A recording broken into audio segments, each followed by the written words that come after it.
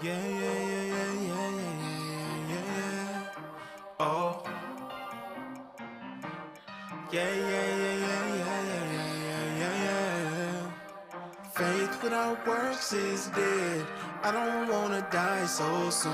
I got moves to make instead. I ain't scared, I'm prepared. Big ideas inside my head. I'm gonna make them manifest. And I'm dressed for success. I left, right, order my steps. Network, I ain't gotta do it by myself. Who you know, show me who you know.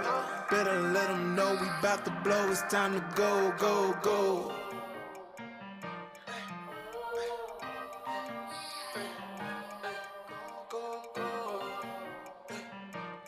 Yeah, yeah, yeah, yeah, yeah, yeah, yeah, yeah, yeah, yeah. Go to work, go to work, get to work, yeah. Go to work, yeah. Go to work, go to work, go to work, get to work, yeah. Go to work, yeah, yeah, yeah, yeah. I ain't tryna trade my time, yeah. Simply wanna show you what I'm worth, yeah. Daily I'ma stay on my ground. Have a little faith and go to work. Yeah, yeah, yeah, yeah, yeah, yeah, yeah, yeah, yeah. Go to work. Yeah, yeah, yeah, yeah, yeah, yeah, yeah, yeah. I'm gonna ride like every day, 'cause I want everything. I can do anything. Check my resume. It's people against you. They see what you've been through. But look in the mirror, tap into your spirit. It's power within you. Like LinkedIn, I'm locked in, get the job done when I clock in. I weighed out my options, put the work in, that's action, no lacking, just stacking. Big dreams I'm attracting, no accidents, that's fate. Just go in and have a little faith. Faith without works is dead. I don't wanna die so soon. I got moves to make instead, I ain't scared, I'm prepared. Big ideas inside my head, I'm gonna make them manifest. And I'm dressed for success. I left, right, order my steps. Network, I ain't gotta do it by myself. Who you know, show me who you know. Better let them know we bout to blow. It's time to go, go, go. Go to work, get to work, yeah. Go to work, yeah. Go to work, go to work, get to work, yeah. Go to work, yeah, yeah, yeah, yeah. I ain't tryna trade my time, yeah. Simply wanna show you what I'm worth, yeah.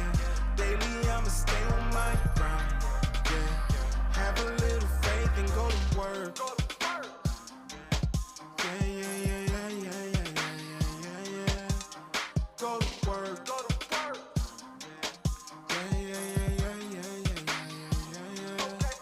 Okay, now go nuts, go nuts, go nuts, donuts, go nuts, donuts, donuts, donuts, donuts, donuts, go nuts, donuts, donuts, donuts, donuts, donuts.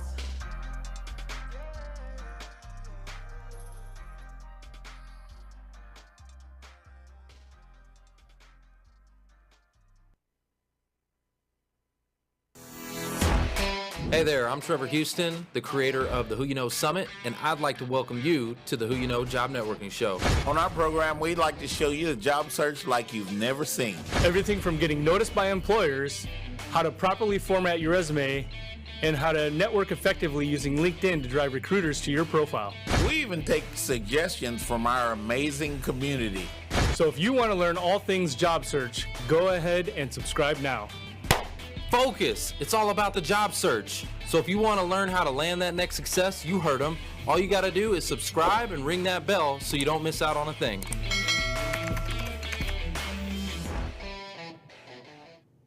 Welcome to the Who You Know Job Networking Show, where what you know is important, but Who you know? Who you know? Who you know can make all the difference in your business, relationships, your career, and definitely in your life. Guys, I'm super excited. This is another one of our Media Blitz episodes. That's right. We're taking over the news feeds. And you know what? We're doing something that's ain't never been done before, okay? I'm doing something today. I'm live on LinkedIn, right? And I'm live in LinkedIn audio room. Say what? Like at the same time?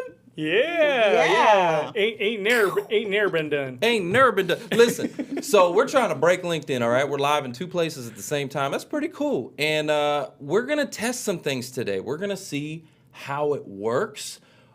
So expect technical glitches. Let's give some shout outs real quick to our live audience. Yeah. Let's see who we got in the audio room. I see Timothy Mitchell. I see Shirley Lowe, Ryan Stewart. Guys, if you can give me a thumbs up if you hear my audio good. We got Hope Mengita in the house. We got Neil Anson, Chandra. So Neil just gave a thumbs up. Okay, they can hear me.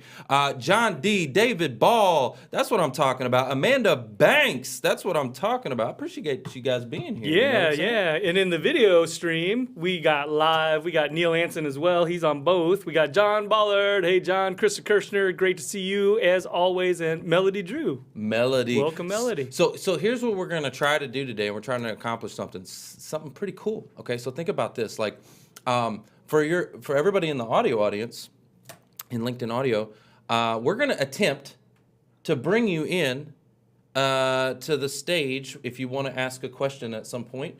And we're going to attempt to bring you up kind of like a live call into a radio show, right? So we're going to try that, see if it works, and, Yeah. I think it'd be pretty cool. Try it out. Yep. So another quick announcement that I want to get out of the way.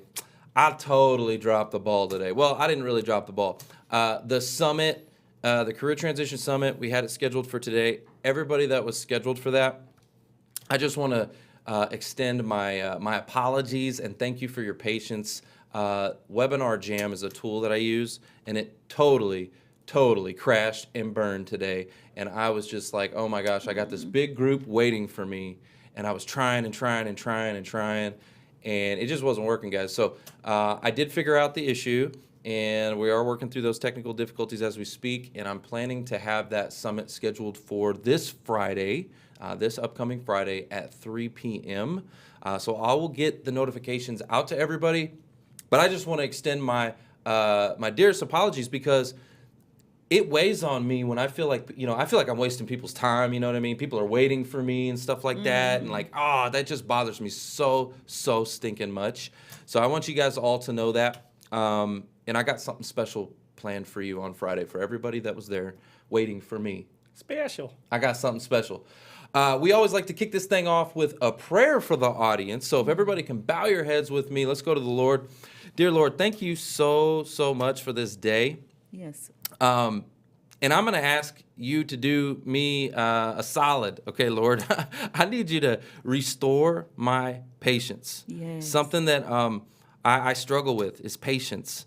Today, when I had that summit crash and burn, oh man, I was not patient. Lord, forgive me for the thoughts that were going through my head. I was very frustrated.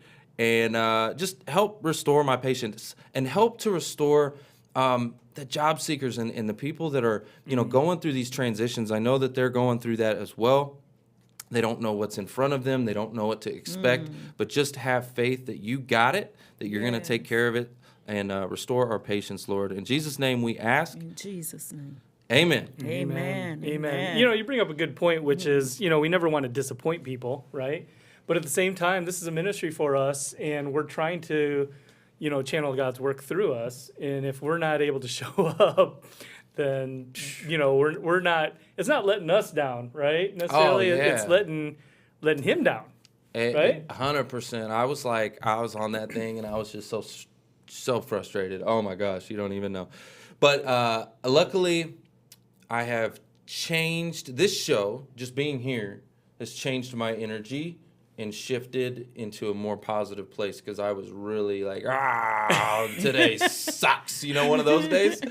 But I felt it when I came in and talked to you before we came down here. Yeah. I felt it. Totally different. Yeah, you're good now. So. I'm good. I'm back. Yeah. We're back. So, and we got a lot to be grateful for, right? We got a lot of people who have landed. They're back to their cash flow. You know what I'm talking about?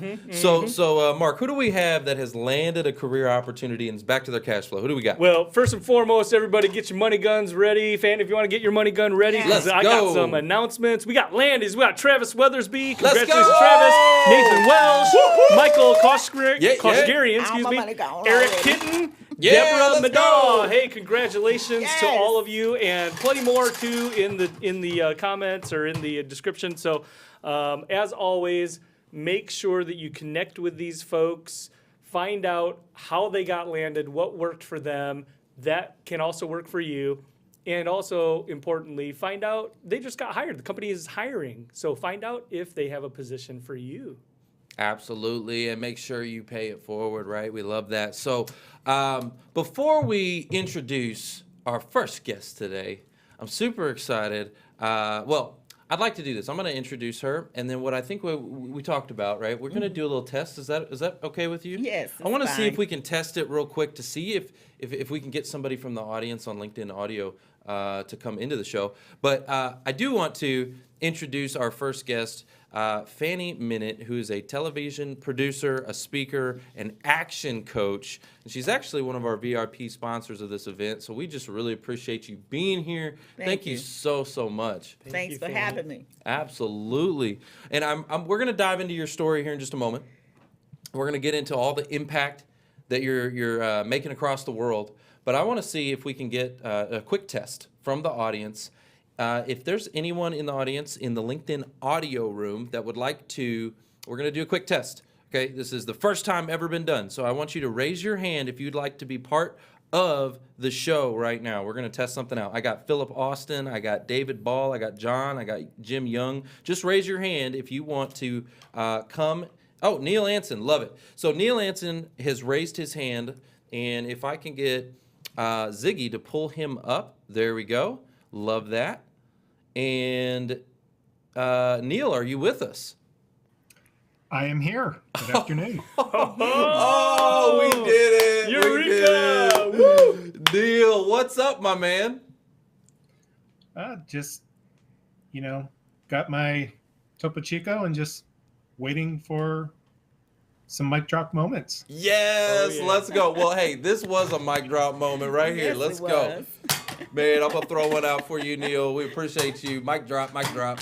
Hey, listen, we appreciate you. Thank you for being our guinea pig, right? We had to get it out of the way. We had to figure out, like, is this even gonna work while we're doing, like, because this shout out to Real News PR and our producer Ziggy. Okay, so Ziggy, he's got like 4 cameras running. He's got mixers. He's got mics. He's got all this stuff going on. This crew over here is amazing. And then now I told him, I walked in today and I was like, hey, we're going to do LinkedIn audio at the same time. And he's like, what?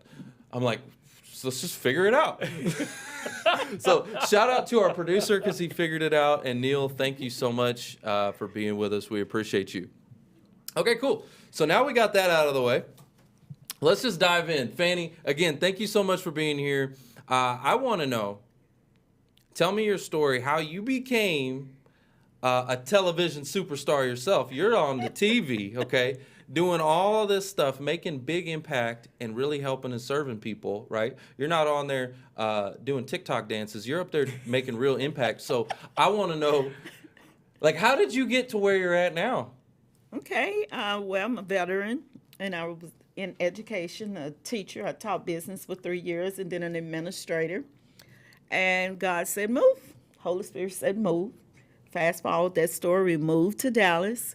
My plans was to write a book on entrepreneurship because a lot of people, it's like, do you really want to be an entrepreneur? Okay. And so I was going to write that book because that was my background, business, and I was in business. And when I sit down to write that book, I heard, have faith. And it's like, have faith. Okay. Yeah, I have faith in being an entrepreneur and writing this book. And that could be hard, too. Yeah, it could be real hard. And after that, I went to sleep that night because I said, that wasn't my plan to write a book on faith. And so it was this entertainer that I've never said his name, and I never will, was in this big venue in my dream now. Oh. And so he turned around. I was with a friend, and I was talking about, I need music for this have faith, and I need this music. And he turned around and he said, just have faith. And so I said, just have faith. And so when I got back to the table, I said, just have faith. I said, Holy Spirit, if I write a book on faith, you have to help me because that's not the plan. I'm trying to write about business. And so, sure enough, So you started writing. and I started writing the book on Just Have Faith, and it took that message became my life from that point on. Wow. I went to Africa and spoke on Oh. faith and to some nations, and I've been speaking the message of faith ever since. Wow. I love that. So originally you were like, I'm going to do this about business. Oh yeah, And you got that seed planted in you. Say, hey, hold on. Hold on now. Now, did you still incorporate some business into your? I do. You do. I Okay. do, because it all goes together. It's not disconnected. Right. It's all intertwined. Community, family, Yeah. relationships, all that is intertwined. If we disconnect, then we're not running business right. If we disconnect it all, it's all together. Absolutely. It has to be. Now, did you run? Did you have a Jonah moment where you said, and you said, I'm writing about business. I'm supposed to be writing about business. But did you resist more than that? Oh no, I didn't resist. I was just scared to. followed- I was afraid to You just resist. followed his will. I Followed his will. just did it. But it was therapy for me as well. I thought he wanted me to write it specifically for everybody else, but it was actually therapy for me as well. So you got My first book. as much from it as your audience. I really did. Sometimes that's the way it is. You know what I mean? Like you are the in order to be a trailblazer, right, and blaze the trail for everyone else. You're almost the guinea pig. Like it's for you. Like you're doing it for you. Yeah. To see your own transformation, and then once you have a transformation, now you go and you teach other, and you say, hey, listen, this is what I've done, and this is the Yes. results that I've got. So a lot of times these things it starts for you first, Yes. right? Yes, especially if you transitioning from one thing to the next. Your military, your education, you're doing all these different things. You're watching mama die and Alzheimer's, dementia. All these things are going on, and you have a mass that you don't realize you have a mass on. And so that book opened, hey, look, you ain't as strong as you thought you were. Things ain't going like you really. And then I had a business, and I closed the business, and all these things was just all over the place, like a whirlwind, and so it opened that up. It opened up my mind to see what was really going on inside of me. Isn't that funny how our experiences shape us, right? And also give us the resources and the expertise then to, if we are faithful, to be able to translate that then into valuable content for others, right? To be able to learn from that. I say this all the time: a fool learns from his own mistakes, right? Right. A wise right. man learns from others. So that's one of the things that I think is very important, is being able to relay. And actually, Trevor and I were talking about this, how sometimes I have difficulty being concise, right? And sometimes the message gets Right. lost in translation.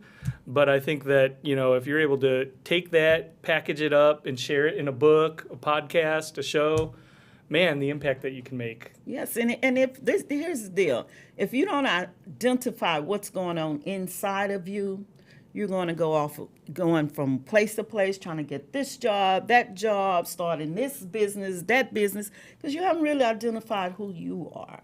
And that's my thing. What's happening inside of you? Well, and I want to talk about that because a lot of people, right? We talked about the Great Resignation, right? A lot of people are trying to figure out who they are. They moved around, they pivoted, they changed careers, whether it was, their decision or the company's decision. Right. A lot of people got shifted, right? A lot of people got shifted in 2021. And people are trying to figure out who they are. What is the next journey? Who am I, right? I think that's like the universal question people are trying to figure out right now. Who am I? And the interesting part about it is, I love that question. Who am I? Who am Because, like in the Bible, it talks about, I am the I am, right? The Alpha and the Omega. Like, your identity is through me, right? Right. You know what I mean? Right, I think, but as humans, we're always trying to figure out, who am I? What am I doing? Where, Especially with work, when we're so Yeah. tied to who we are professionally. People tie their identity in a job, for sure. Right? Like the military. You were in the military, you Yes, said? military. Well, thank you for your service. Thank you. What branch? Army. Army. The only branch. All right, so hold on. I'm gonna get this wrong. Is it? No. Is the Army? Everybody online is gonna hate me for this because I don't know it. Is it hoorah or is it Huh. huh? Okay, see, hoorah's the military, right? Yeah. Yeah, or the Well, people say it, the but Marines. Yeah, hoorah. Yeah. Huh. There's some, Huh. there's Okay, some so folks. huh. Well, I appreciate you and thank you for your service. Thank you. Huh. Not huh. No, I'm not doing it right. Oh. Okay. Wow. All right. We'll leave that one alone. Well, we'll switch gears here a little bit, okay? So you said that you wanted to talk to the audience today and wanted to share about not reinventing yourself, rather starting new patterns. Yeah. So can you tell me what that means? It's not about reinventing yourself. It's all about starting new patterns, and that is a book that will be out this summer. And I know. Oh, you got another book? Yeah, this summer. This is the book. This is the book. It's not about I wrote the book on it because I can write the book on reinventing yourself. That's right. But it's not about reinventing yourself. It's all about starting new patterns. See, we have people that jump from job to job, or talk to people that have been on 10 jobs in 1 year. And then you have people that go from one business to the next business. Hey, I was there. I've been there. I was all over the place. But the thing is, you have to identify your patterns. What's your habits?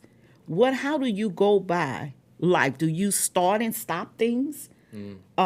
Because a lot of people start and stop. They start the job, they don't like it, they don't like the boss, they go to another one, and they're running around for you know what they've been on 10 jobs. Well, that's not they thought it was the new job they needed, but in actuality, it's their pattern. It's a pattern that they have that causes the same thing to happen everywhere they go. It causes the same thing to happen on each job they go on. It causes the same thing to happen in a business. You're absolutely right. It causes the same thing. Relationships. Yep. And on relationships, we even need to start new patterns with the relationships. There are kingdom relationships and there are membership relationships. Oh, hold on. We're Drop going to that get mic into on something. that. Yeah. Hold on. And so with the kingdom relationship, that's a spiritual thing, connecting with the Father, discerning of who you connect with. Okay. Membership connections is all this networking folks do. Oh, They okay. go in, they're networking, and then they hook up with somebody, or they attend some church, they join the church because, there's some big folks in this church, they join the church, they come, they network with Trevor and Mark, they network with you all, but they never make a connection, a real connection. Oh, like and so, deep. yeah, and membership connections cut you off when the membership is over. Oh. Stop paying your Your Netflix. dues and that things like Yeah, that. they get rid of cut you off. Stop volunteering in the church and all those things, or you Yeah. leave the church. Yeah. Oh, we love you while you were here, but hallelujah, you gone by. Oh, You know, snap. and so we gotta stop. We gotta pray for kingdom connections. Kingdom connections is I pray for y'all, whether y'all know I pray for you or not. Ooh. It doesn't matter. I'm gonna pray for you. I like that because I wanna speak to that. There's a couple of people that I see online right now, and there's some kingdom relationship in this audience. I'm gonna tell you that right now. yeah. Jason Hopper, John Baller, Jim Young. I see you. There's Paul Haggerty. Well, you know what I'm saying? Like there is some kingdom. Like there's some folks here in our community. Strong relationship for real, and Yeah. I love that. I love that about it. You know. Will they love you, or will you love them even if you off the air? You're no longer doing this. Y'all, I quit today. I'm wrapping it up. I'm out. She said it. She wants to know, are you going to love me when I quit? When I hang up the Who You Know hat? Let me know in the chat. I just need to know. Yeah. So the kingdom connections don't drop you. They don't delete you and unfriend you when you're no longer in the mix with them. That It's makes sense. kind of like you know who your real friends are when you need help, right? Yeah, When yeah. you need help. Yeah, and a kingdom connection might be someone you're connected with, and you don't have lunch with them. You don't have tea with them, but they pray for you. Mm-hmm. And they support what you do. They let people know what you're doing. So obviously we know, like, the main reason of your why, right? That's a spiritual reason. But there is a difference, right? Your big why, as far as what you're talking about in your books, and then your selfish why. Can you tell us a little bit about the difference between your big why and your selfish why? Of course, and you know, it's a lot of people don't even know that it's okay to have a selfish why. You know, so my big why is to. I got one of those. Yeah, they don't even know. They don't think it's so. They've been taught that it's selfish to have a selfish why. You know, Right. and so it's not. My big why is to teach and preach and teach people to excel in their faith, to develop great faith. I even have an online course that you go through 28 days, every day for 28 days, for 1 hour a day. I have an online course that teaches your faith, because if your faith level is not strong, then you're still going to flounder around like a bird and its wings been clipped. Okay, and so that's that. But my selfish why is I want to be able to get up when I want to get up, do what I want to do. I want to be able to take my grandson to Kalahari whenever you want to go to Kalahari. Freedom. Oh, he likes Freedom. Kalahari? Yeah, Freedom. I love Kalahari. I want to be able to get on the plane for the weekend and go to Paris if I want to go. I've been to Paris before. But if I want to go and travel to Paris for the weekend for a girlfriend's birthday, You are I want to be able to speaking do my that. language. That is- So I'm gonna give you 1, 2, and 3 for Yeah, that. 'Cause no, but seriously, that's my selfish why. Yeah. both of what you just said. So I literally this Monday, it's been a long time coming, but I finally recorded. Shout out to Ziggy again, our producer. I finally recorded a course, and so it's done. It's recorded. Now I got to chop it up and I got to do some stuff with it. But anyway, so I recorded the course, but it's about impact. I want to serve people. I want to be able to reach people on a massive level, right? And then there's the selfish, which is what you were talking about, which is freedom. I also want to be able to, travel and do all the things and not have to, teach it in person all the time. Like, I've been teaching this stuff in person for so long. Yeah. I'm like, shoot, I need automation. I need freedom. You need multiplication of you. Well, that's why you do a book. You take what's in here, you put it on paper, right? And the printing press, right? And they get that thing out there. Right? Yeah, right. And your book is like, I was taking a course, and James Malachek, I don't know if y'all ever heard of him. He was a secret millionaire. And he said, your book is like a business card. Mm-hmm. It's like a business card. And so when you write the book, you don't write the book just to sell a book. You did write that the to book me. to open doors. It Right? It did. You did that to me. You were here at our Backstage Pass event a couple months ago, and you were like, "Hey, here's my book." Da da da da da. And I'm like, heck yeah, hold up. And I'm like, we need to get you on the show or something. You know what I'm saying? Ba ba ba, bing bing, boom boom. Here you are. Yeah, That was a business card, yeah. and it was a dang good one too. So mic drop for that. It's because people write books and they think, okay, I'm going to get rich with the book. And you could, you know, you Sure. can.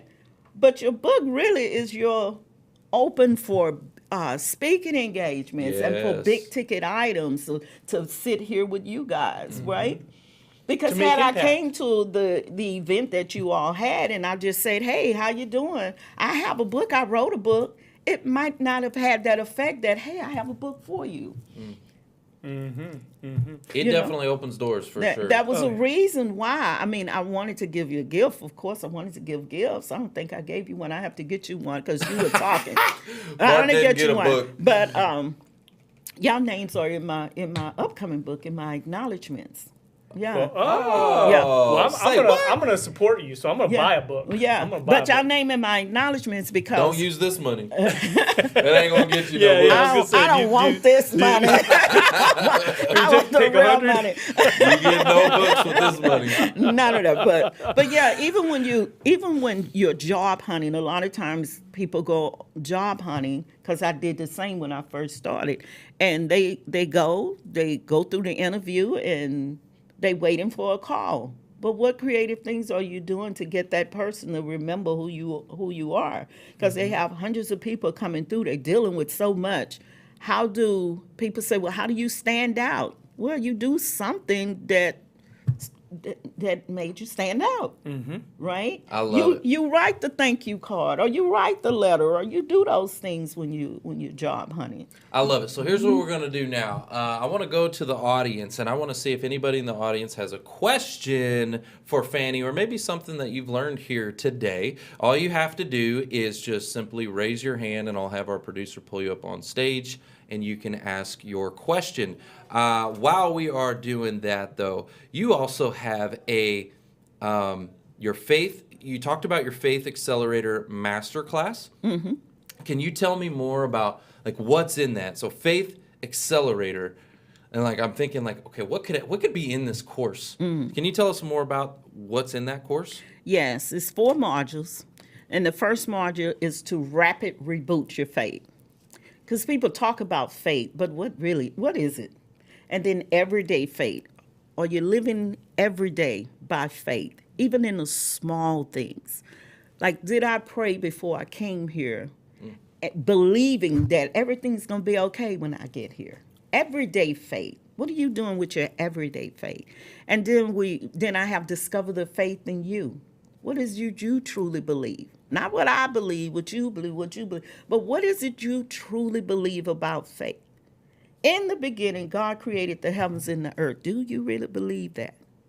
So in my course, you have that moment to really dig deep with yourself, within yourself, about your faith walk. Because we could talk faith all day, but it's like having a thought with no action. A thought with no actions is just a thought. And so faith, we could talk about it, but if we're not walking in it and we're not living it, you're just talking about faith.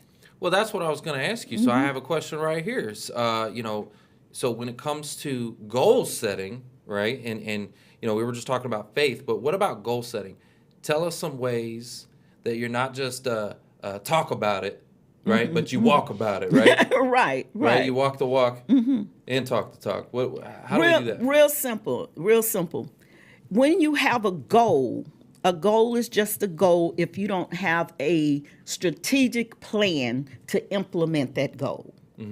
And most people set goals, even especially end of the year, they set goals, but they don't have a plan to implement the goal. My plan, for instance, when I wrote this book, Reinvent Yourself and Start Something New, I actually went and got help to make sure that it wasn't marketed the way I marketed before. So I had a plan before I jumped in the course.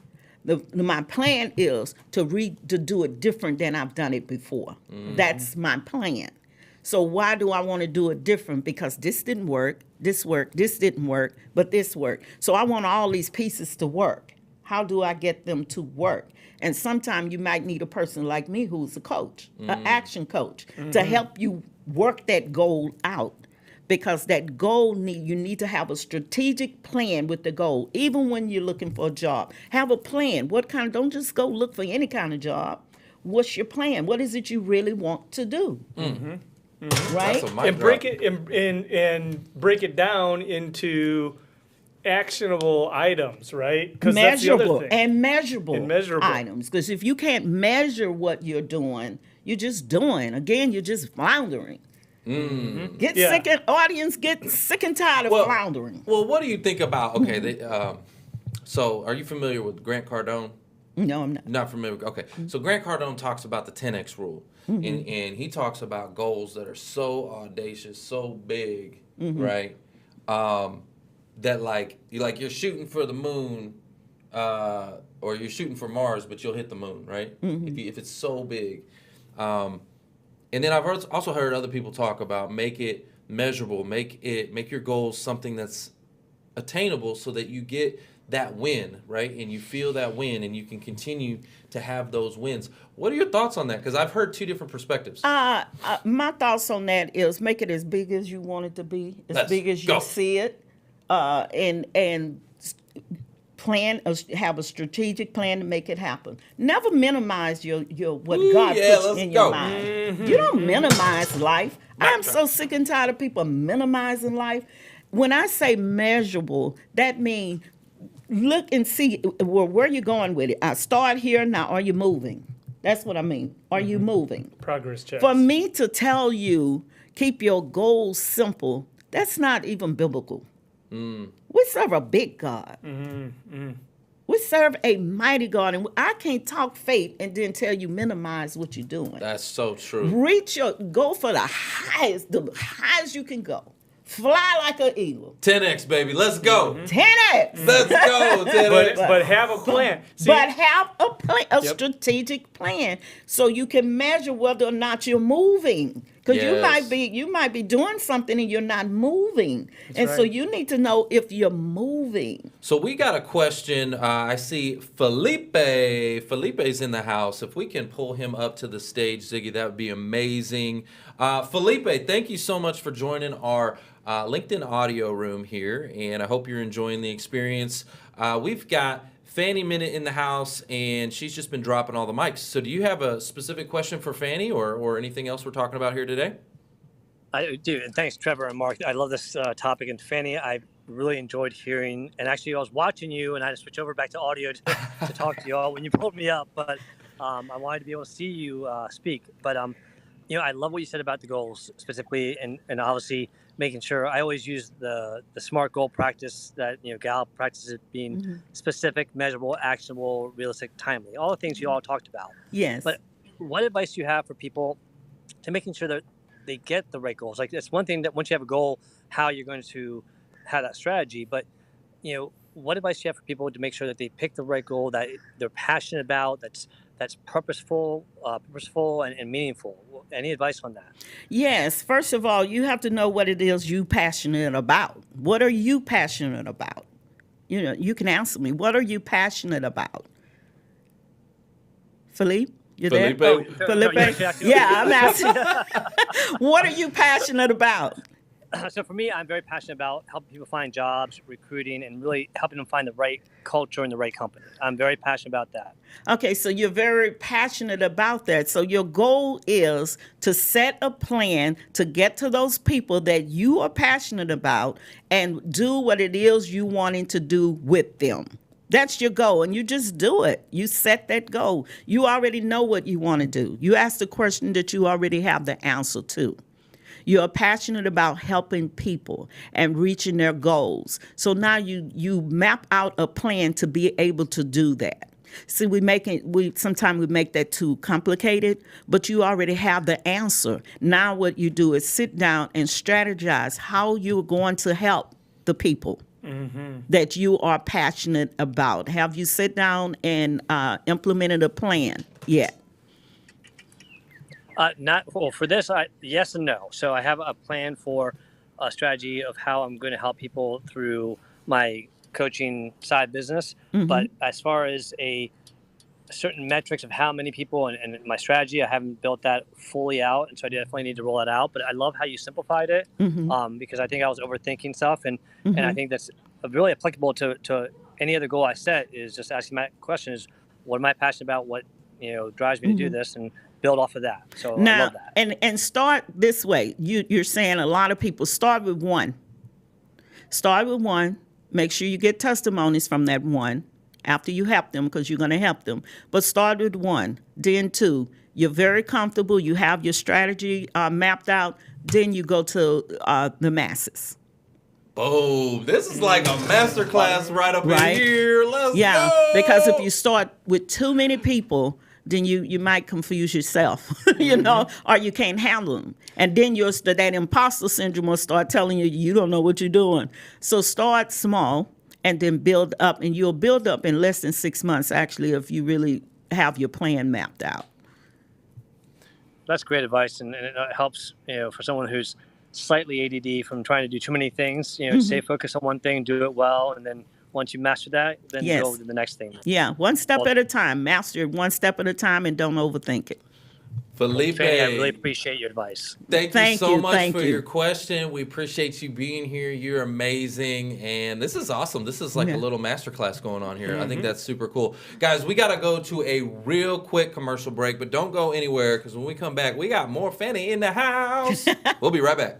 If anyone is out there and you're a realtor or you are looking to get your real estate license, it's a very low-cost entry, $300 to take your real estate course online. Inexpensive compared to like a college. EXP is $150 to join, and it's like $84 a month. So relatively speaking, these are very inexpensive costs.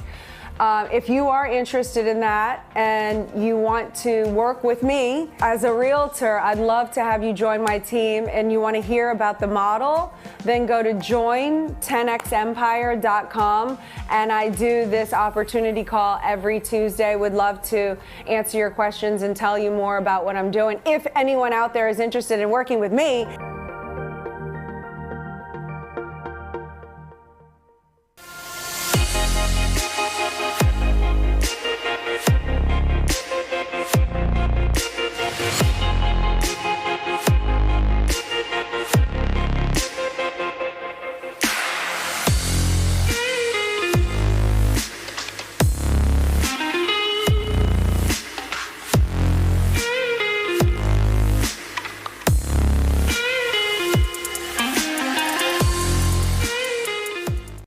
You know you have something unique to offer your next employer, whether it's your experience or your work ethic or your passion or your personality.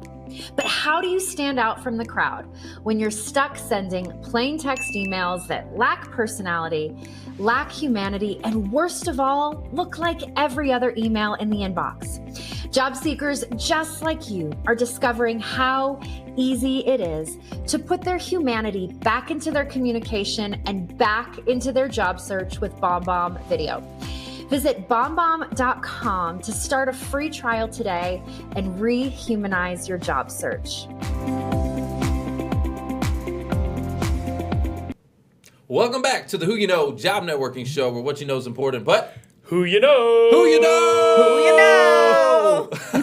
Who you know can make all the difference in your business, your career, relationships, and life. Guys, I'm super excited. We're back with Fanny Minnitt in the house. She's been dropping all the mics, telling us like a masterclass. We just had Felipe come up, ask a question. This is cool. I really appreciate this. This is awesome. But I want to dive into talk to me about. Let's see. Here we go. What is so important? Why is it important to stand strong in your belief systems when seeking employment or going into business? So your belief systems, why is that so strong? It's strong because you don't. It's going to come a time when you really need work. You really need to go to work and make some money. But do you go to work for a company that has no integrity, a company that's totally against your value system? Because if you do, you're going to be a miserable person. You're going to have money, but you're going to be so miserable. Anybody in the audience ever worked for somebody or worked for a company that just didn't align? If that is you, just give a thumbs up. If that is you in the audio room or online in the chat, just put "that's me." I have. I know You? plenty. I know plenty of people that have taken jobs for the paycheck. Right, the paycheck was nice, but like you said, they're absolutely miserable, and it's not sustainable, and they're going to be back on the street in a search, in just a matter of time, usually short time. Right. Short amount of time. But if you're strong in your belief system, you'll come up with a way to make it and not just do anything and everything.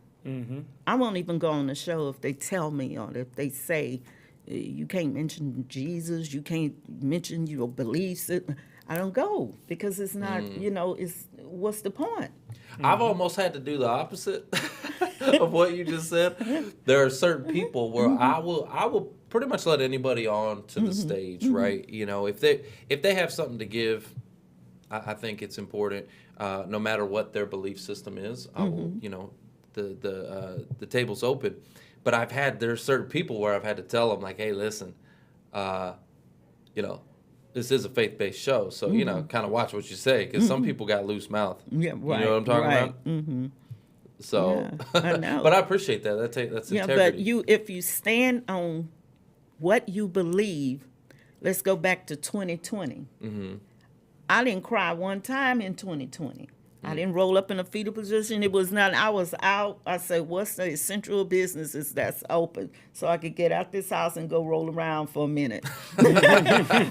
because Home Depot? yeah, and that's where I was in now. And so I was in the essential business. Not because, okay, I neglected the fact that there's a virus out there, but I strongly believe that my father was going to take care of me. But I'm using sense. Sure. But I believed in the Father to the point where I'm not sitting in no house letting the world scare me to death. I'm not going to do that. But when you have a strong belief system, you don't let people choose and pick what you do. You choose and pick what you do. Absolutely. Yeah. I like that. I mean, because I was with you. I was in the Home Depot with you. You know what I'm saying? I was everywhere they had. Yeah. Well, I think that there's a lot of people that fall into that category of what you're talking about, me included, right? Where we let other people's opinions dictate what we do, how we act, who we are to a certain extent. And that's not true to yourself. It's not true to your beliefs. No. And, you know, it's a pitfall for me because I'm a people pleaser.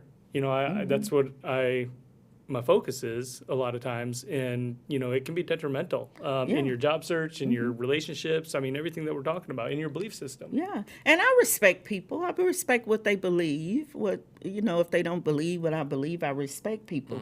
But you're not going to make me compromise on what I believe. You have to be strong enough in your belief system that other people can't switch your mind, have you going, ooh, doing the snake with your belief system. You believe it? Okay, I believe this. We're going to respect each other.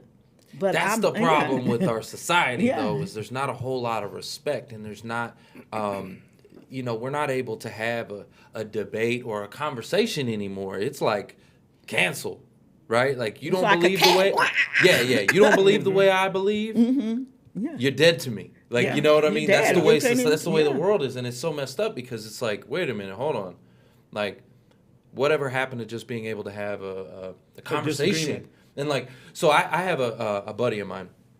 I've known him forever, and he's like a brother to me. And he's Jehovah's Witness, right? And we have conversations all the time, and I love it. I love some of the deepest conversations that I have. I have with my brother, who's Jehovah's Witness, and the beliefs are a little bit different. There's some differences, right? But then again, I get to have these conversations with him, and I say, you know what, brother? Like, 95% of the book we're reading is the same. There's like a 5% difference. Right.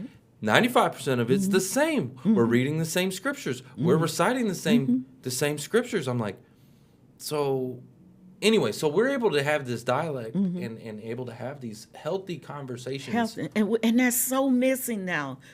People are not able to talk to each other. How do you learn when you can't talk to each other? Right. And how can I embrace you if you can't embrace me? And you want me to be politically correct, but my belief system say if I'm politically correct, I'm going to politically correct myself to hell. And so I can't do that. What did you just say? I'm going to politically correct myself right to hell. Right to hell because I'm going to be throwing rocks. I'm going to be throwing rocks at everybody. Right? Yeah. And just like the Pharisees, they thought they were better than everybody because they were, You that's both, what it is. It's like a Pharisees complex. Well, you both said something in different ways, the same thing in different ways, but it's very important. And I want to point that out because, we need to stand firm in our convictions, in our beliefs, but we can't let that impact how we treat others. Right. In essence, is what you said. And if we're going to disagree, you can disagree lovingly out of love, right, versus hate. And that's what I think is part of the problem in our culture and society today is, like you had said, if we don't agree, then we're on opposite sides, complete left and right, or whatever you want to call it. Yeah. Oh yeah. And You're my enemy. there's The animosity, enemy. there's That's the hatred. You're the thing. enemy. Now you're my Yeah. enemy because you don't Correct. agree. Right. And we shouldn't be enemies because we disagree. Right. We shouldn't be enemies. I mean, I'm not going to drink coffee and with you and argue with you all day. So it wouldn't make sense for me to invite you over if I know we're going to be Yeah. all at the same time. I can't call myself a follower of Christ and I want to beat you up because you, Yeah. you know, or curse you out Yeah, or do or something dismiss somebody because you or- don't yeah. believe what I believe. You know what I think a big part of this is this right here. You know, it's social media. It's everybody. It's people like me. Shoot, I'll throw myself in this hat, right? People like me who have a voice. Like everybody has a voice now. Literally, everyone, right, has a voice now. And so it's almost like this entitlement to that voice where, like, no, you're going to hear me. You're going to hear what I got to say. I got opinions. And don't research. Yo, don't research. Don't research. Right. Just Yeah. have a voice. Yeah, just- and influencing people. No research. Don't Yeah. have a clue what they're talking about. It's half like, the you know, time. yeah, exactly. And it's like, who are you? Like, who do you think you are? That you know, even myself, I'm like, who the heck am I up here talking to people? Shoot, man, I'm nobody. I'm just Trevor Houston. You know what I'm saying? You know, But you can't say you're nobody. Yeah, we got to stop saying we're nobody because if we say, and this is a faith-based Yeah. show, so I can say this. If we say we are created by the Most High God and turn around and say we're nobody, that's conflicting with your belief It's true. That's system, true. right? Amen. I appreciate you saying that. And, you know, but it just, I think that you see people, right? You see people online, right? And they get, you know what I'm talking Yeah. about. And it's like, who gave that person a microphone or a camera or whatever? Well, it's You see a lot of it on too many, TikTok. yeah. But that stuff is what triggers everybody, gets everybody all triggered and crazy. Yeah. You know what I'm saying? Well, that brings up the another question that we had, which is baggage, right? People carrying around their baggage, and you had said something or alluded to emptying your carry-on bags, so you're clear before your next big move. Before What does your that next mean? big move, and that's in my book that's coming up, and I actually coach on that as well. But empty your carry-on bags before you make a move, and what that means is all these. Earlier I mentioned about starting and stopping. You got to identify why you start things and then stop. Some people can't even finish their garage, cleaning the garage, because they start and they just stop. You know, they started and stopping. The other thing is, do you have an imposter syndrome? Is when you get ready to do something new, do you allow yourself to be talked out of it? I'm not good enough. I'm not old enough. I'm not young enough. Oh, I can't do this because I've reached this age. I'm just supposed to be babysitting. If I don't babysit the babies, then the children gonna get mad. And so now you done talk yourself out of that gift that God has given you. You done talk yourself imposter syndrome. So that's things that we carry on. And then a lot of people don't put on their oxygen mask first. They're trying to take care of this person and that person, and they haven't taken care of themselves. I'm going to give you one for that. You know, Yeah, and you I got can identify with that. you got to Totally. take care of you before you can start taking care of all these other people. But you So true. don't. They don't. And so we have all these things in our carry. You all have been on a trip before, and you bring your bag back, and you haven't emptied the bag. You don't empty the bag until it's time to go on another trip, or you're looking for something, and it's in the bag. And so we have to empty that carry-on bag. If we don't, we'll go from one job to the next with the same, carrying that same thing. You used to be. You ever had anybody knew you from way back when you were doing something you ain't had the business doing, and here you done transition. You have surrendered. You are no longer cursing like a whatever. You're no longer promiscuous. You're no longer, but you have that person. You meet them, and here you trying to praise the Lord with them, or you trying to talk to them about getting a job, and they say you used to. Empty that out of your carry-on bag. When they say empty it out your carry-on Let's bag. go. And when Mic they say you used to, say yeah, I sure did, and keep it moving. But that ain't me no more. Because it's your used to. And so you have to empty those things out of your carry-on bag, because you might be trying to look for a job, or you might be trying to start a company, and someone come along and say, oh, who are you think you are? You used to.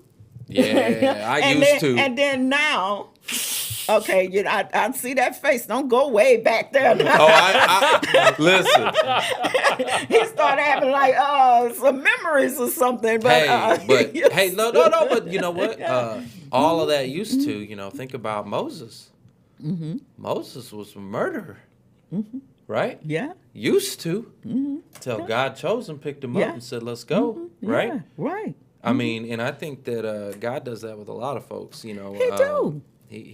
Yeah. But you'd be surprised at the people that don't move forward because they still have that in their carry-on bag. Right. They still hear Johnny Joe saying, well, you used to, I don't know who you think you are, you used to. Mm-hmm. Sally's still hearing Alice saying, well, girl, you know we used to, you used to, and now she doesn't move forward or he doesn't move forward because you keep hearing that. Let it go. Empty it out that carry-on bag. It's too much we carry on, and we'll never reach the potential that God have for us if we don't dump those things out of the carry-on bag. White as snow. What are the lyrics? How does it go? Gosh, what's the song? It's wash you white as snow. Yeah, oh yeah. You know what I'm talking about? I know I can't think of the name of it. I know which one you you're know what I'm talking about. White as snow. Yeah. You know, it's talking about Jesus' forgiveness in the song. He forgive us. We don't forgive us. White as snow. And that's the other thing. We have to learn to forgive. Because unforgiveness causes illnesses in the body. It really does, and people don't realize it. When you're not forgiving, if you're not a forgiving person or you don't forgive someone for what they've done, most people that's running around and they're a little sick or they have some issues going on, if they check in their carry-on bag, they'll find that unforgiveness is still in there. Mm-hmm. And not only for others, but for themselves. It's a lot for of people yourself. deal Unforgiveness is with not being able to forgive yourself. Yeah, you right? gotta forgive. And then trauma. Most people think about trauma. That's another thing that's people carry on their carry-on bag. Most people think of trauma as, okay, I broke my leg or I had a car wreck, but trauma can be losing a job. Oh, yeah. You know, you can lose a job, and people don't identify it as trauma, so people don't treat you like you're going through trauma because you just lost a job. Go get another one. Right. Like, why do we try to, minimize the whole job loss thing? It's not minimized because it's trauma to some people. It's trauma because they've lost something. And with that losing a job, some people is experiencing rejection. That's rejection and failure and all this stuff. Identity value. Purpose. And we treat that so simple. So you all out there, if someone lost a job, help them find a job, but don't treat it like it's no big deal. Oh, you'll find another one. They're not finding another one, or they wouldn't be looking. Yeah. Right? Mm-hmm. Right, yeah, they're still struggling, yeah. They're still struggling. And at least empathize. Like, that's the thing that bothers me the most, especially with a lot of recruiters. I'm just going to throw that out there. A lot of recruiters have, zero empathy, and maybe it's because they have so many job seekers they're dealing with or whatever, so they don't empathize. But it's like, come on, show some empathy because they go through a struggle. They go through hard times. I got some people in my audience right now. Shout out John Baller. We got Con Stutter. We got William McLaughlin. Jason Hopper's in the house. But there's a bunch of folks that I'm going to tell you that, it's been a year and a half, 2 years. We had a guy that was 28 months. In the job search. What do you think 28 months of rejection will do to you? That's trauma. That's trauma. And most people don't even after they get a job, they don't deal with that. They just They down just inside. keep going, but they don't go back and deal with the trauma, the experience they had in losing that job. And so now they got more baggage in their carry-on. They got more stuff in their carry-on bag that they need to pull out of there before they move, before they keep moving. But people, I got a job now. But they don't deal with the emotions that crippled them when they lost that job before they went into a new job. Wow. And so it's important that we pull those things out. You got to pull out the weeds. We're going through that right now at home with my boys. Over the last year, it's been a theme because I've got an 8-year-old, 3-year-old, and they're all three of them are learning the golden rule, right?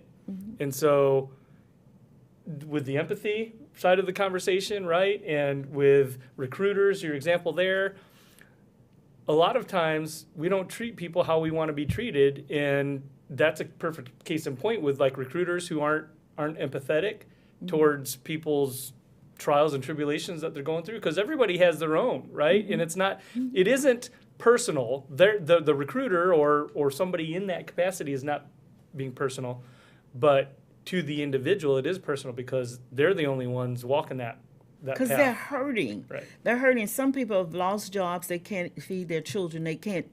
They're looking at people bring their grandchildren to all these fabulous places and their children to all, and they can't barely feed their child.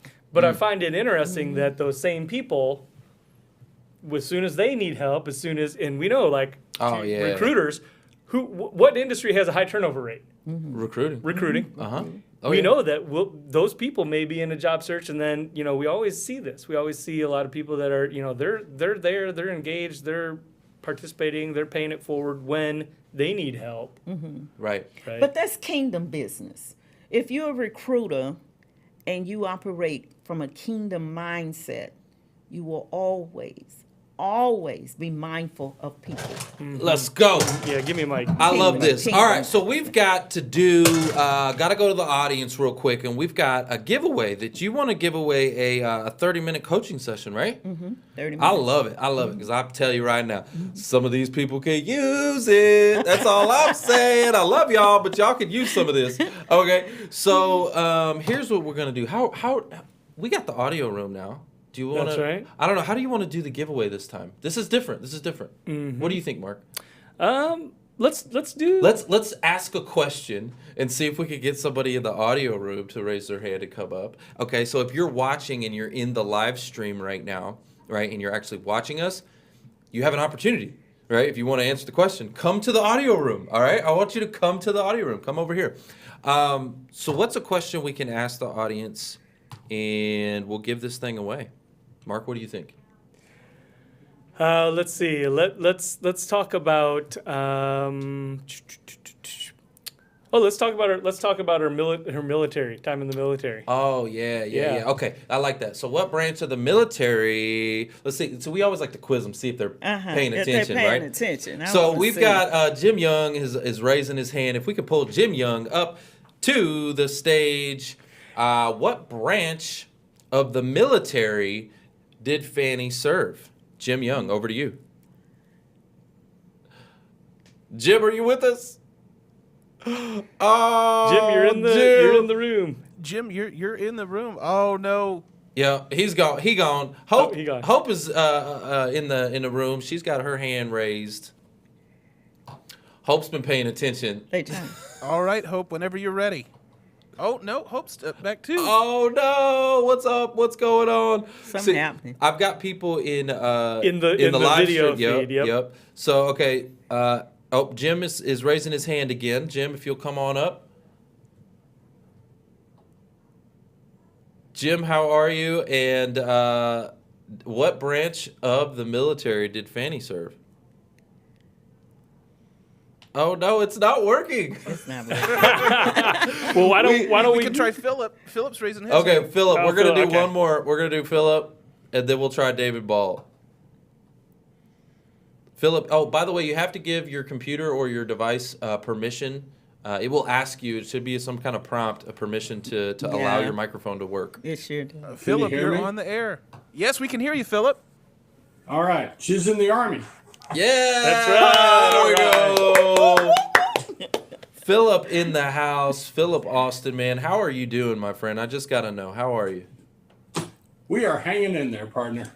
We're doing all right.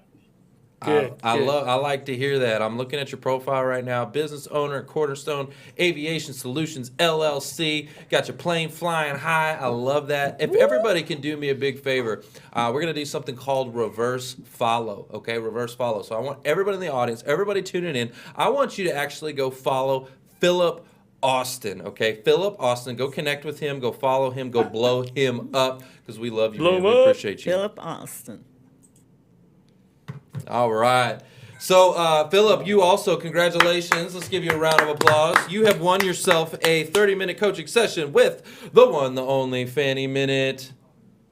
Fantastic. Congratulations. Looking forward to it. I'll make sure to get you two connected, and I really appreciate you coming up here and figuring out that microphone. Guys, we got to go to a real quick commercial break. Actually, hold on. Hold on. Yeah, we gotta. Before we go to a commercial break, before we do all of that, I got two questions. Number one is, what's the best way for the audience to connect with you? A minute just have faith at gmail.com or info at the Fanny Minnitt Show.tv. All right, so that was minutejusthavefaith.com. minutejusthavefaith at gmail.com. At gmail.com, okay. Or info at the Fanny Minnitt Show.tv. .tv. Love that. Okay. And if I can get everybody online, do me a big favor. If you're watching, take a screenshot, right? Even if you're in the audio room, take a screenshot. And I want you to post this thing all over social media. And I want you to tag her. Fanny and tell her what was one of the most insightful mic drop moments that you got to learn here today. And let her know how the Who You Know show community rolls. You know what I'm talking about? Yeah. Can't wait to see. Yes. All right, now we got to go to a quick commercial break. Don't go anywhere, because when we come back, we've got Erik Simins in the house. We'll be right back.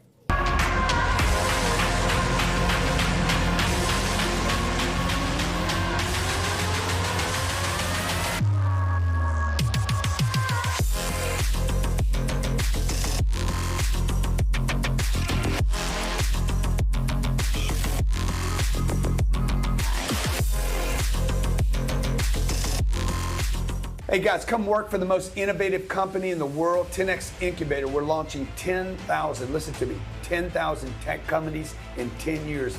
If you're a coder, what? We got programmer, coders, we got graphic designers, we got copywriters, digital marketers, biz dev. you name it. You If got you skill. like tech, love tech, hungry. want to be in tech, okay? We don't actually require that you get the jab here either. Just so you know, if you want it, good. If you don't want it, no problem. We are hiring. We want you. If you're good at your job, if you're disciplined, if you want to be paid well, if you want to be taken care of, if you want to be in a 10X environment, click the link below. Give us your resume and a short video. 30-second video. Just tell us who you are. Tell us what you do. We want you. We want you. Let's go. We want you.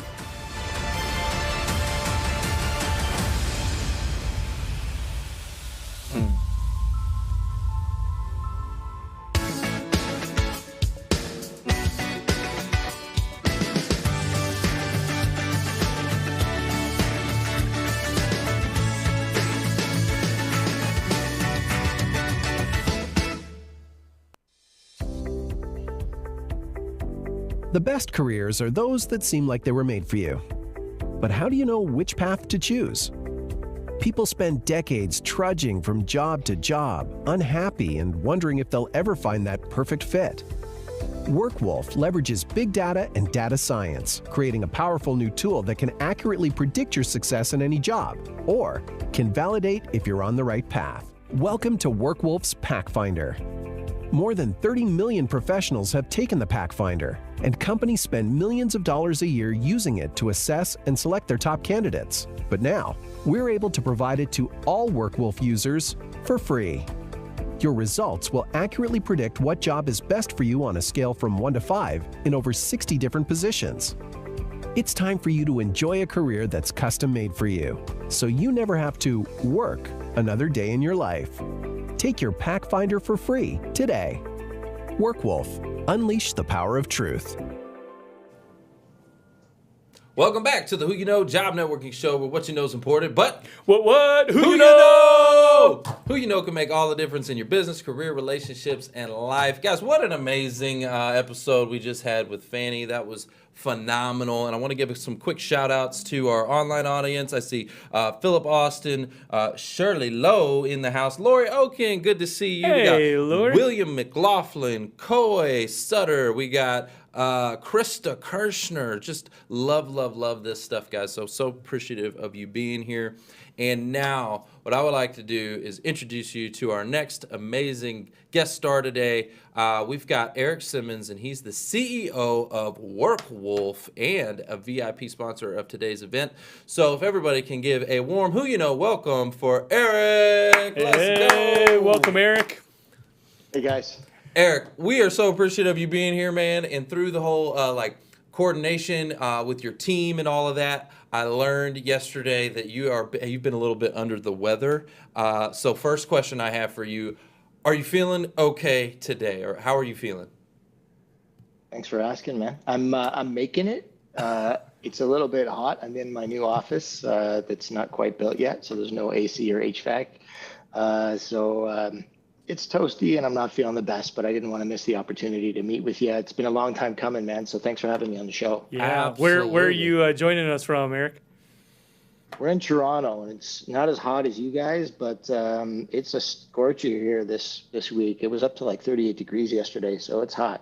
Yeah. Yeah, well, thanks for joining us. Yeah, I see you got that scaffolding back there. Yeah, we appreciate you. And the first thing I would like to ask you is tell us about WorkWolf. I see you got the T-shirt there. Tell us about the company and the mission for the company. What are you guys doing out there? Okay, so our tagline is Unleash the Power of Truth. And kind of came across this concept back in 2017 because I also own a staffing business. And recognized that the data that my recruiters and my clients were using wasn't very accurate, and it was the resume, right? So the resume is not the best data source to make good decisions. Sometimes they're inaccurate, sometimes there's misrepresentation on them. So I sought out how to actually fix the data problem and just make it more validated information, more accessible to both the applicants or job seekers and the employers. And so that's what we've been working on for the last 4 years. So you're saying, hold up, if I'm getting this straight, you're saying the resume is a broken system? Is that what I'm hearing here? Yeah. Okay, I'm gonna give you a mic drop for that. Well, and I also heard, so like you can get to a point where your resume is almost like your transcript, right? Like, because you can get your transcript from your college, or if you've got a degree or whatever, but fact checking your resume like that, is that what you're talking about? Yeah. So what the technology does and what we've created over the last 4 years is these sources of truth, which are the validators on the network. So we've got something like over 6,000 universities as part of it, because academics is something that employers like to search for. And I don't know if any of the audience members have actually tried to go and get your transcript after the fact. Sometimes it can take a month to get that, right? So what our tech does is it's the first commercial application of blockchain in HR. So it's it's a commercially viable product. And what it does is it kind of democratizes or decentralizes these sources of truth or these data records from all of these siloed repositories like schools, government, Equifax, TransUnion, and then it holds it in this tamper-proof, we call it kind of a credential vault, but it's actually called the Digital Work Passport. And that the candidate owns or the job seeker owns. And the job seeker can then peer-to-peer share this with whomever they want. They can share self-proclaimed information. They can share validated information from the sources of truth in the network. And what happens is we start to kind of pull out those friction points of validation and just make the process easier. Yeah, that's like, it sounds like to me kind of like a Carfax, right? Like you're pulling the Carfax on this person, right? But you know what I'm saying? And like if I'm selling the car, like I want to have the Carfax and be like, yep, this is a clean car right here. Check it out, right? So it goes both ways. So it's kind of like you get the whole. So okay, let me ask you this: what other data points are pulled on this thing? You get what, background check? You said academics. What else? So it could be licenses, references that are automated. So it would go out to the referee, which would be, let's say, a previous employer. I guess the part of the technology that's really interesting is that I liken it to a safety deposit box where only the actual issuer or the referee has the ability to put the data record inside the deposit box. But then the data owner or the job applicant or the professional they have a window, which is the ledger of the blockchain. And that can allow them to control who sees, whether they want to grant access, deny access, or revoke access to this information. Dang. So it sounds really complex, but it has been a complex process of R&D to get through this thing to where it is today and actually in the market. But if I had to boil it down to kind of one very simple explanation, is that it's a resume that's verifiable in real time. Man, hold on. I got to give you one for that. Because, like, think about it. So, like, listen, I'm just going to be real with my audience right now. I've said it a few times, but I got a background from when I was, like, a juvenile, right? I got some background. So, no, for real. But, like, I never know who can see what can be seen, you know, what employers, da-da-da-da-da. Like, seriously, it's one of those things.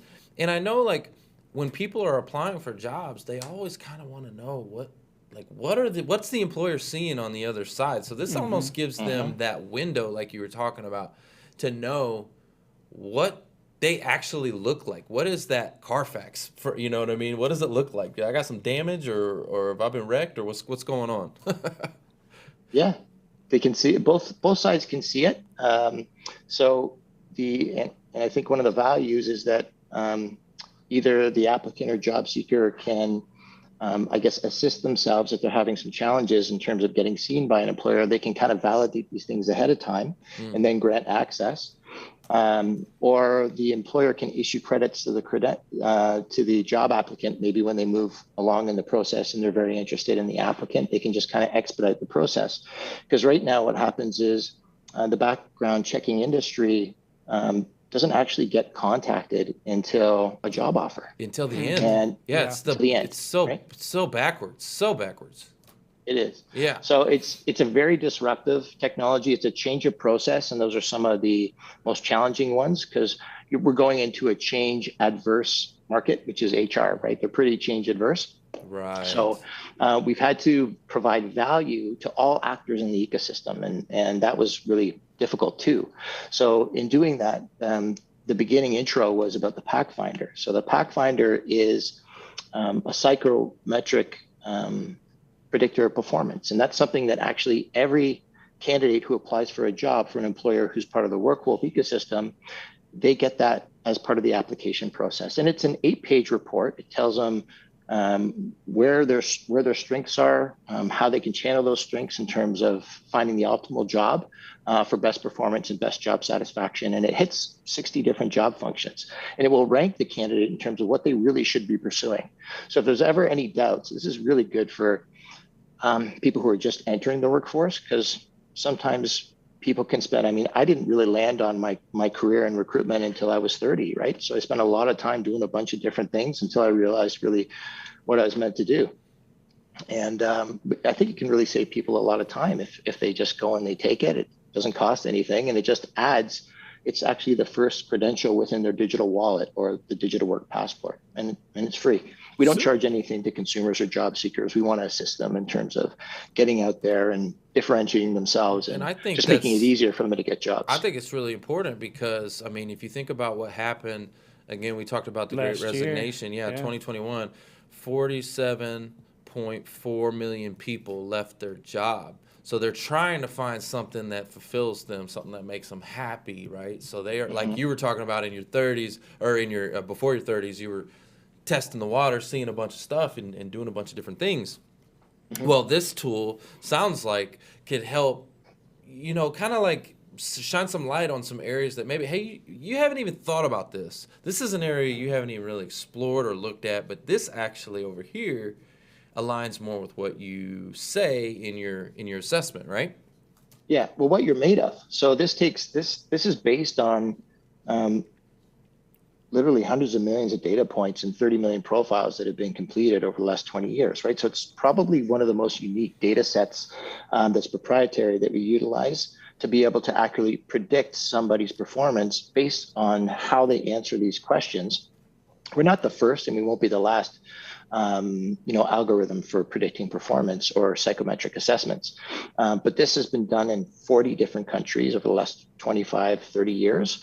And it works. So, I guess the best stress test is for someone to take it, and then you guys take it, exchange it, and then say, hey, is this me, right? And since I've been saying that over the last 12 months or so, I've never had somebody come back and say anything but, holy crap, this thing's really accurate. Is this something that will replace, can replace, or supplement KPIs?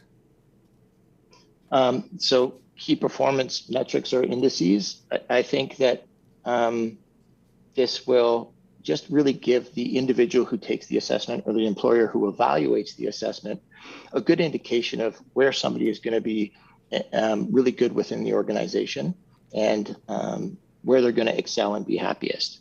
But KPIs in terms of measuring performance, this doesn't do that. Okay. So, so how does WorkWolf differentiate a candidate from other applicants? How would it help them to stand out against other people who maybe aren't using this tool? Sure.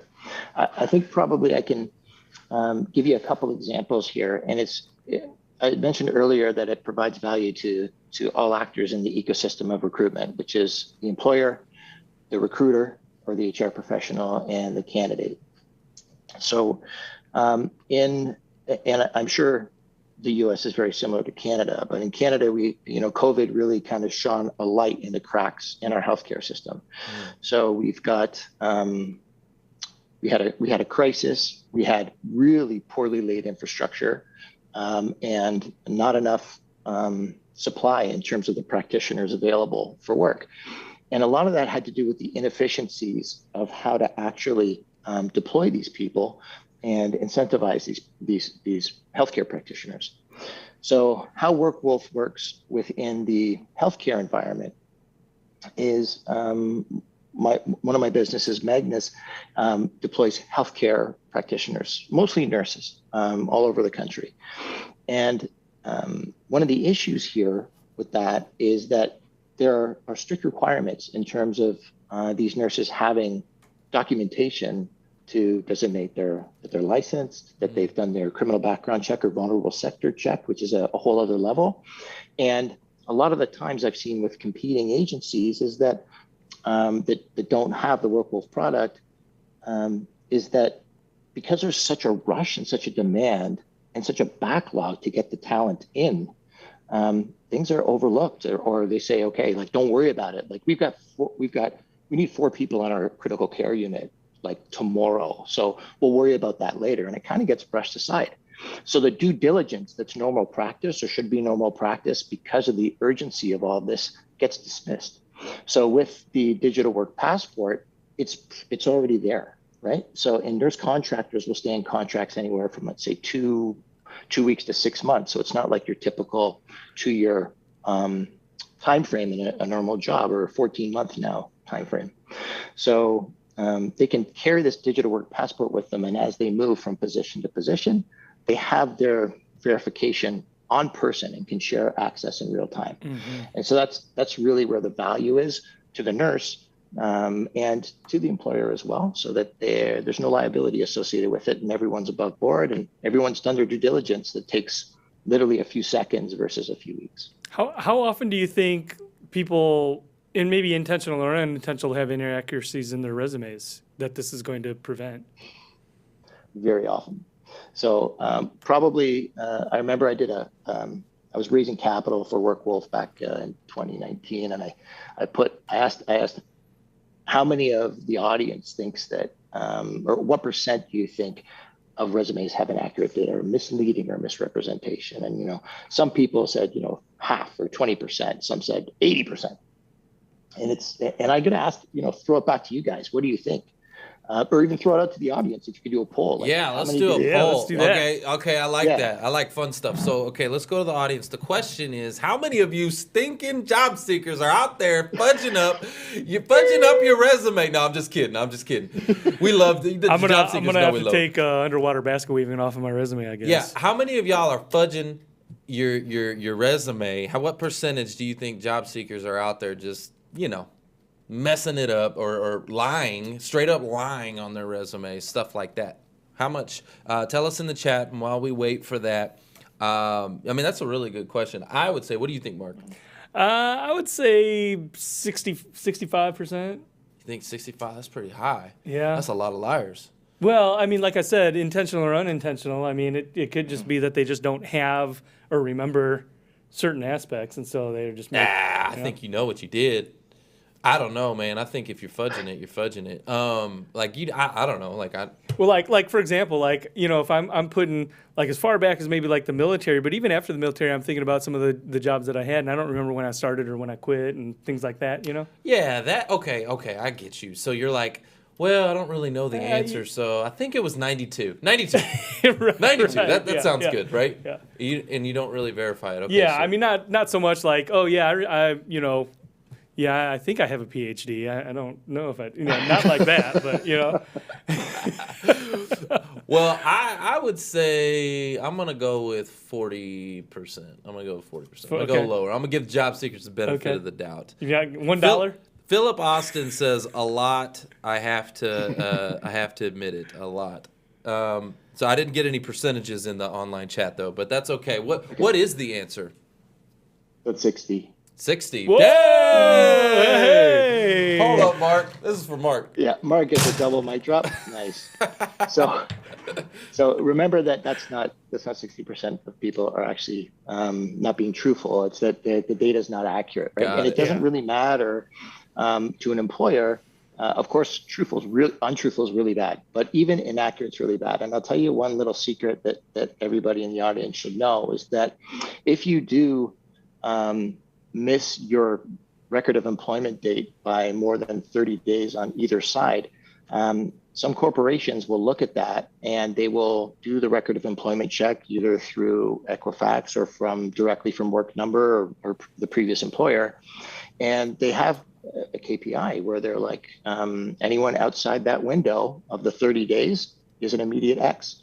Man. So it's important that you guys should have the information on your resume should be accurate because it can cost you an opportunity. Yeah, absolutely. Like, think about that. So, okay, first of all, I hate that. I think that's really ridiculous of employers to be so strict in that way. Maybe you should just put the year. Like, come on, man. Like no, don't do that. Some of this stuff, some of the hoops that they make people jump through is just absolutely ridiculous. But what I like about your tool is it's giving you your credit report, right? It's giving you access to see what's really going on so that when you're filling out these applications and stuff, you actually have the accurate information. Yeah. Right? You don't have to guess. Right. Right? I love that. I should give away some full digital work passports on the show. I don't think that we had set up to do that, but I think we had just set up to give away the pack finders, but I should give away a few of those too, just so that people can check it out. Yeah, absolutely. That would be awesome. Okay. So how are we going to do that? How do you want to do that, Mark? Let's ask another question to the audience. We got to get these people paying attention. We got to get them to perk up a little bit. You know what I'm saying? And we'll ask a question to the audience. By the way, Eric, we've got something unique going on, which is an audio room, a LinkedIn audio room too. And so we've got some people in the audio audience. We may be able to ask one of them a question. Cool. First of all, before we get to the question, though, I got one for you. Because I was reading some of your bio and stuff like that. Like, this isn't your first company that you've, like, come up with and stuff. Like, you have, like, 5 or something different businesses that you've created, right? Is that right? Over the years, yeah. Sure. But ones that are actually operating right now, too. Wow, you're like the real deal entrepreneur over here, man. I like that. What has been one of the biggest challenges for you with this one, right? Because you've created multiple businesses. What's been your biggest challenge for this one? I got to say, when I first started in this, blockchain was really, really new, and some will tell you that the blockchain was all Bitcoin in 2012, but in terms of it actually being a commercially viable product or something that wasn't just associated with digital currency, in 2017 it was a brand new concept. It was just protocols and underlying fintech applications. So I kind of went to the source. I was all over the world traveling, like speaking with the leaders in the world of blockchain to try and get some non-purist, like blockchain's going to change the world and it's like crypto everything, screw the government, everyone owns their own sovereign stuff. And I'm like, okay, that's great, but there's a real application here for a commercial business, and I think we can potentially do something together. So my first kick at the can over the first 6 months, like I basically traveled all over the world, met with like Brock Pierce and the founders of EOS and Ethereum and all of these different experts, and they're extremely smart, and they built some incredible products, but they weren't really interested in the commercial validity of this or bringing it to my client base, which was enterprise. So I kind of came home and I just had a little baby girl, and my wife, oh my God bless her, she she was there with the baby, and I was out everywhere, and I came home and I said, I failed. Man. I came home with a tail between my legs. I didn't have much of anything. So kind of start from scratch and do it all again. And that's what you got to do as an entrepreneur, right? If you really believe in something, that's what's going to carry you through the tough. Oh yeah. I'm gonna give you a mic drop for that. Man. And that's a characteristic of a wolf, right? That's grit. The wolf characteristic. Great question. Hold up. What's up with the work wolf? I mean, I get the work. What's the wolf? Like, yeah, that's a good, I mean, you brought it up.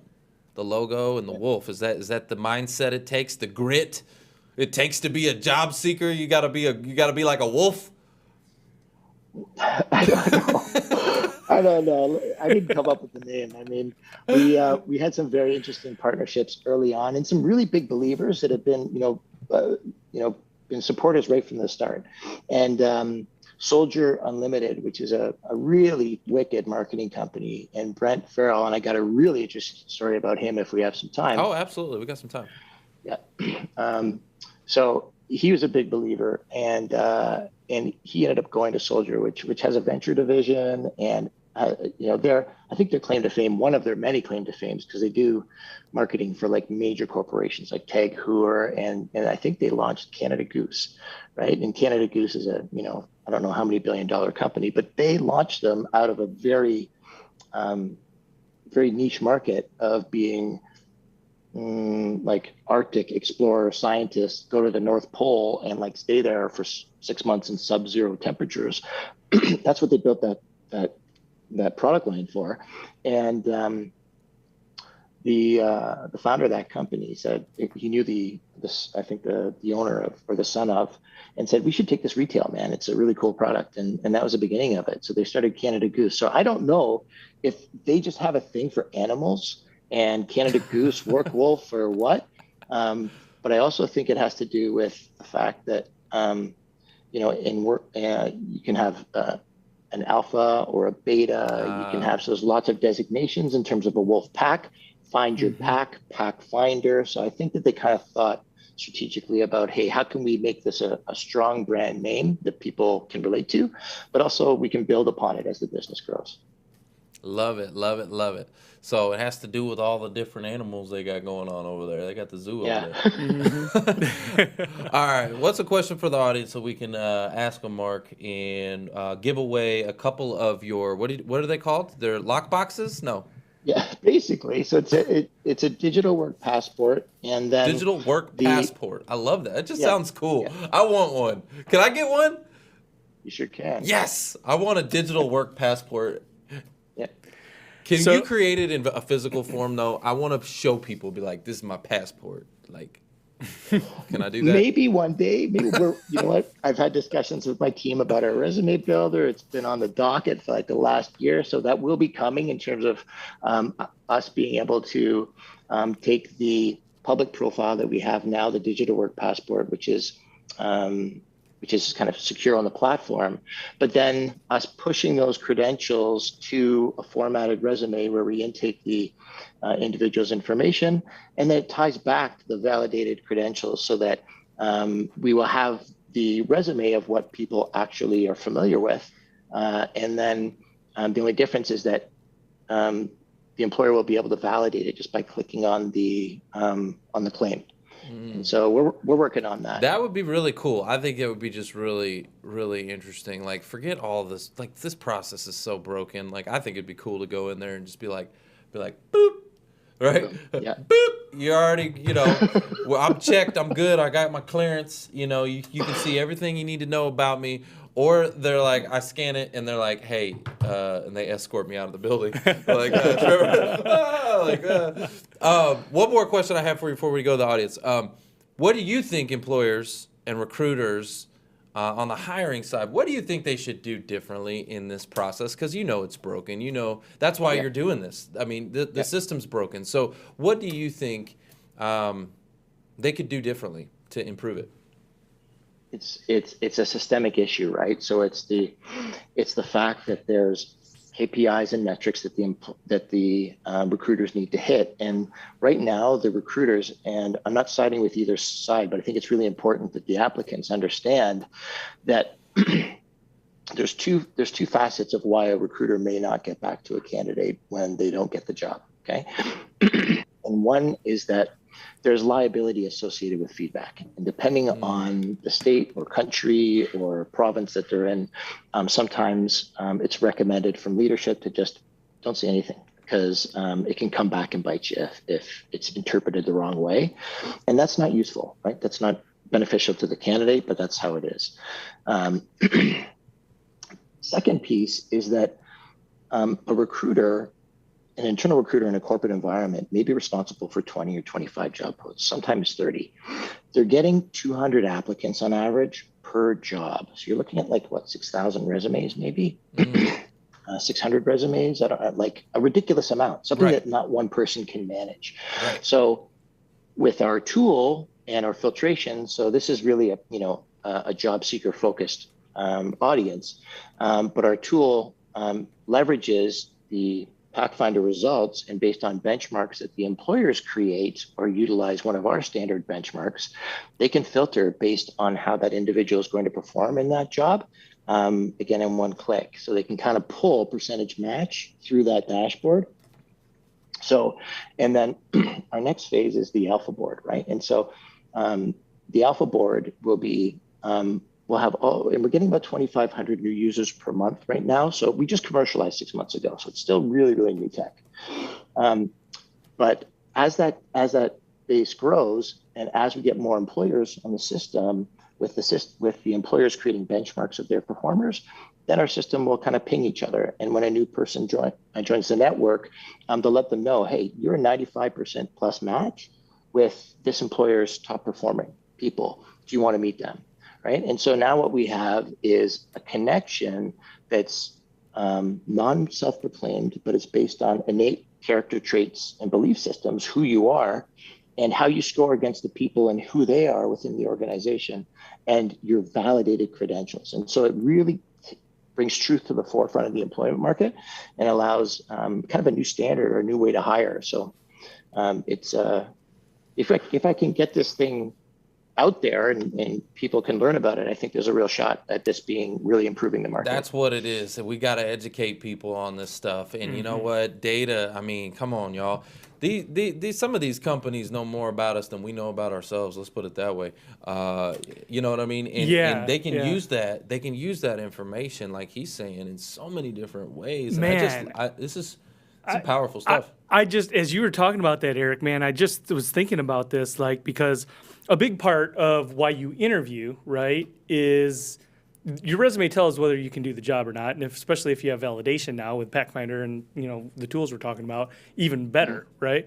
But a big part of the interview is if they like you, if your values align, things like that.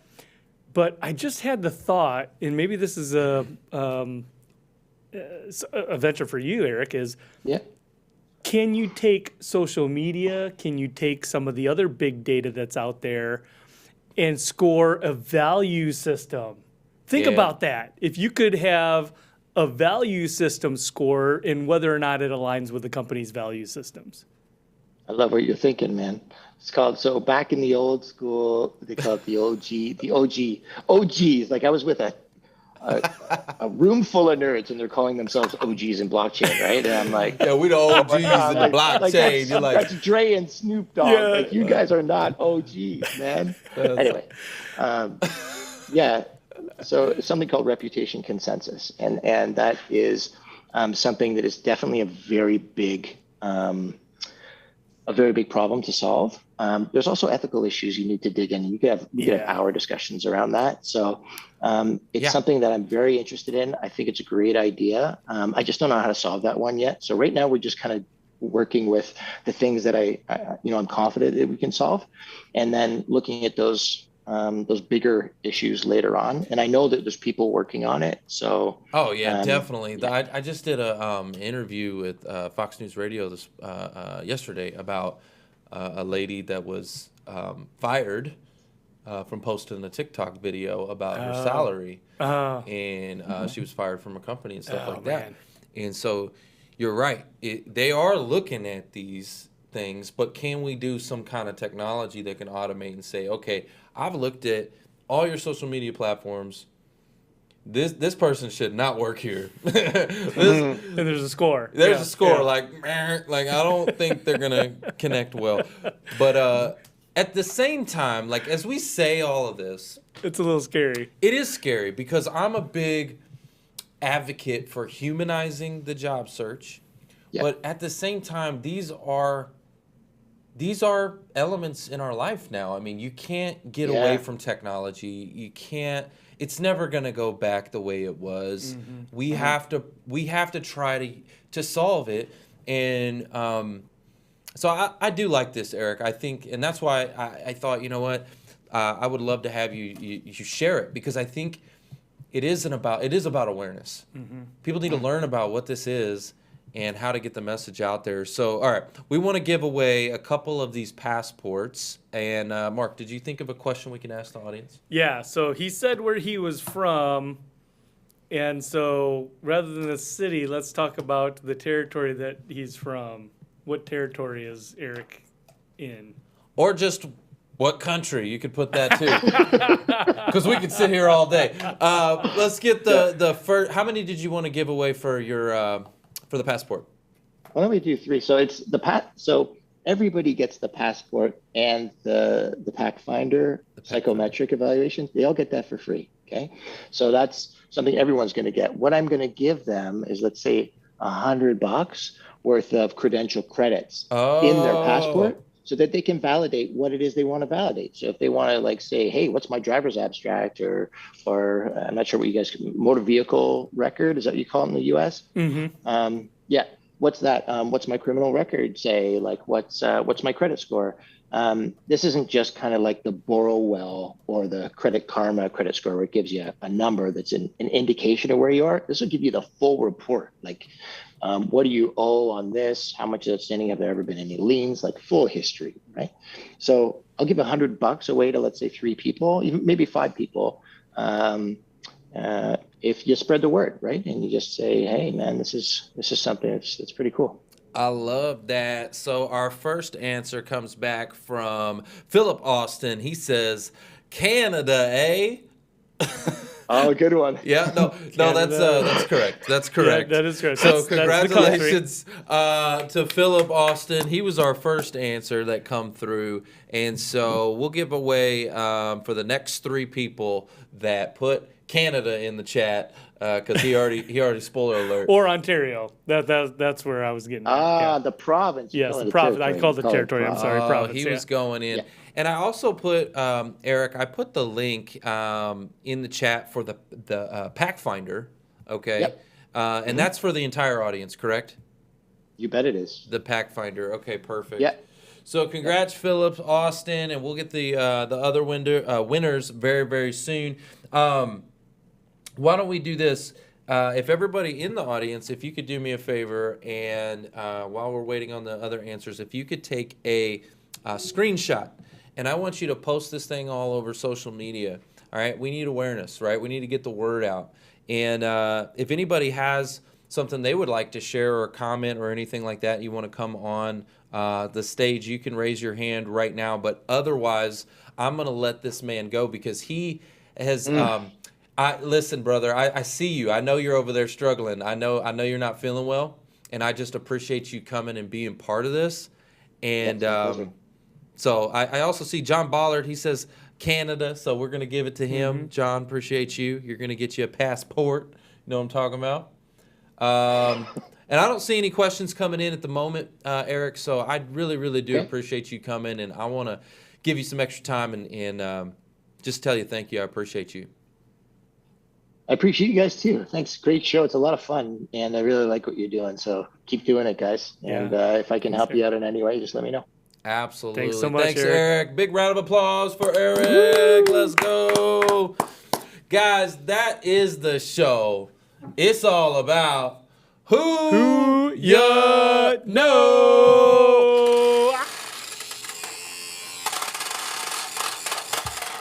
Bye.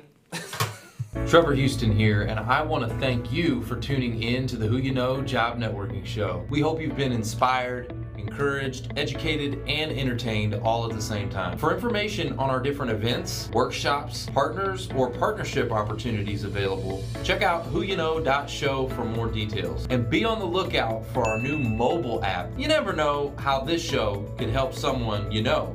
And if we've made an impact or put a smile on your face today, don't forget to hit that share button on your way out. Until next week, it's all about who you know. Bye.